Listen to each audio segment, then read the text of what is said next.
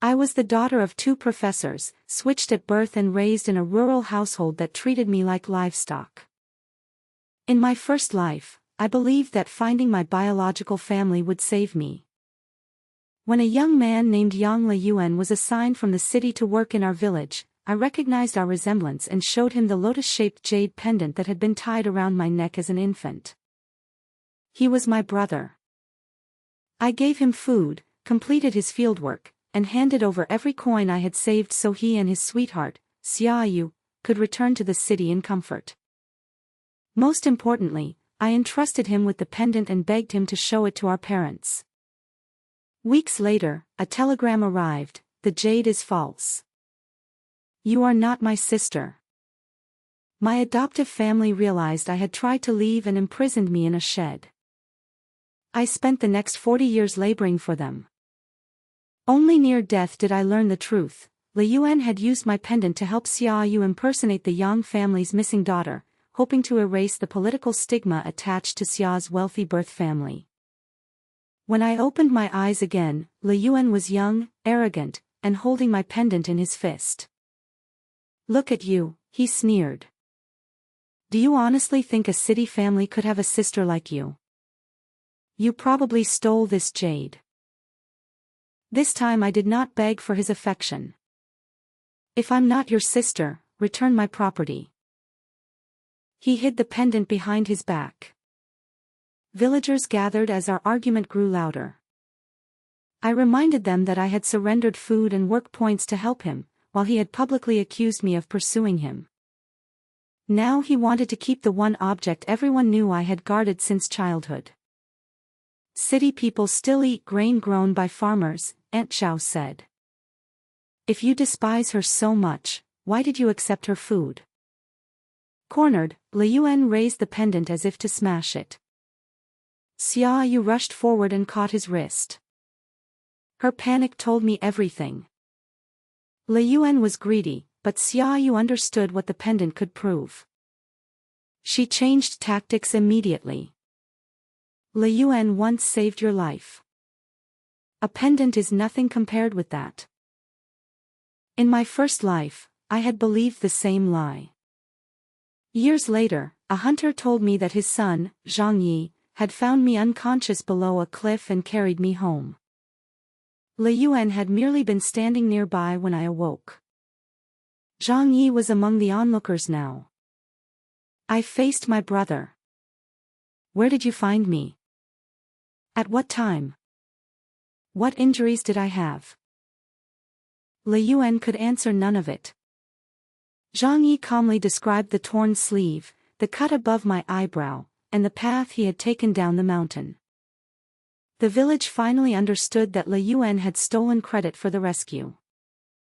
Even then, he refused to surrender the pendant. The brigade leader, eager to protect the educated youths assigned from the city, confiscated it, until the dispute could be resolved. By evening, the jade had somehow reached Xiaoyu. I did not attack her or rely on another public brawl. I went to the township office with the elderly midwife who had delivered the Gu family's sickly baby years earlier. She testified that the Gus had taken a healthy newborn from the county hospital and returned with a different child. Another witness explained that she had hidden the pendant for me until I was 8 because it was the only evidence of my origin. The township investigator ordered the brigade leader to produce the jade. Unable to explain why Xiaoyu possessed confiscated evidence, he returned it and received a disciplinary warning. I photographed the pendant, recorded its distinctive repaired corner, and asked the investigator to seal a written description in my file. For the first time, my identity existed somewhere other than my own memory. My adoptive family was furious. They had always known I was not their daughter. When I returned home, Mr. Gu tried to beat me, while his mother demanded that I compensate them for raising me. I escaped to a neighbor's yard and reported the assault. The midwife's statement and hospital records triggered a formal investigation into the infant switch. Until it was resolved, I was placed in temporary housing with the women's cooperative rather than sent back to the Gu home. Zhang Yi brought me a blanket and said only, you should have had help years ago. I thanked him for saving me in both lives, though he could not understand the second half of that sentence. Several days later, Le Yuen appeared in the fields wearing an awkward smile. He claimed that our parents remembered the pendant and invited me to return to the city with him. Xia Yu would accompany us. They offered to arrange the travel papers and tickets. I knew it was a trap, but reaching the Yang family without their address would otherwise take months. I agreed after obtaining my own travel authorization and placing the real pendant in a hidden inner pocket. Zhang Yi carved a similar shape from pale stone, which I wrapped in the obvious compartment of my bag. On the overnight train, Le Yuen and Xia Yu purchased only 2 seats for 3 travelers and expected me to stand. I paid the conductor for my own place in another carriage. After midnight, they crept to my seat and stole the decoy pendant, some marked bills, and the first copy of my travel paper. I did not confront them. The conductor and 2 passengers witnessed the theft, while my replacement papers and real money remained beneath my clothes. They left the train early, believing I would be stranded without identification. Instead, I reported the theft at the next station and continued to the city under the conductor's supervision. I spent several days locating the Yang home. When I arrived, a crowd filled the alley. Le Yuen was presenting Xia Yu to our parents as their lost daughter. Our mother rejected the claim at once. She knew the pendant had once been chipped and repaired with a narrow line of gold. The crude stone in Xia Yu's hand had neither mark. Worse, a neighborhood child had seen Le Yuen kissing the woman he was calling his sister. When our father demanded the truth, Le Yuen boasted that the real girl would never return because he had left her without money or papers on the train. I stepped through the crowd. You should never confess to a crime before checking who is listening. My mother stared at my face, then at the genuine pendant in my hand. Tears came before words. The reunion did not erase what had happened. My parents had raised Yang Yinin, the Gu family's biological daughter, for nearly 2 decades. She was innocent of the switch and terrified that my arrival meant she would be expelled. No child chose what happened in that hospital, I told her. The people who committed the crime should answer for it. You shouldn't. The police arrived with the railway report. Le Yuen and Xia Yu were arrested for stealing my money, travel papers, and property, and for attempting to strand a vulnerable traveler. Investigators later found letters in which they had planned the impersonation and discussed selling me to a broker if I resisted. They were charged only with offenses supported by evidence. Other thefts in the carriage were investigated separately rather than automatically blamed on them.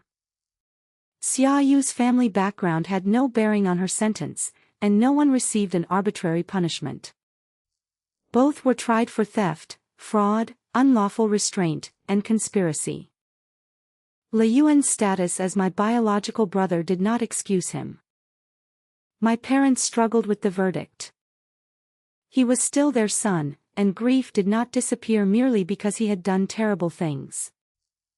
They visited him once in prison, then told him that any future relationship would depend on genuine accountability. The Gu couple were prosecuted for the infant switch, document falsification, forced labor, and repeated abuse. Yinin gave evidence about the conditions in their household but remained with the Yangs by her own choice.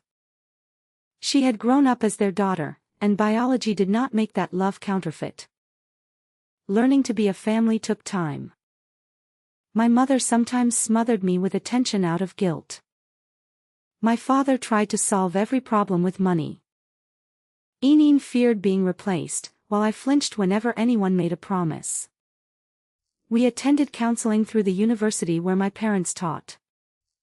Slowly, apologies became actions. Yinin helped me prepare for an adult education examination. I taught her what I had learned about market stalls and rural supply chains.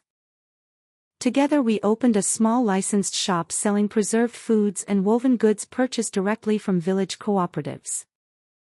The business paid producers fairly and gave me an income that belonged to no one else. Zhang Yi later came to the city for forestry training. We began as friends, writing about ordinary things neither of us had been allowed to enjoy when we were younger. Whether that friendship became something more was a decision for the future, not a debt I owed because he once saved me. The lotus pendant remained in a bank deposit box with copies of the hospital records. It had led me home, but it did not define who deserved to be my family. Blood gave me parents, a sister, and a brother. Choice determined which relationship survived.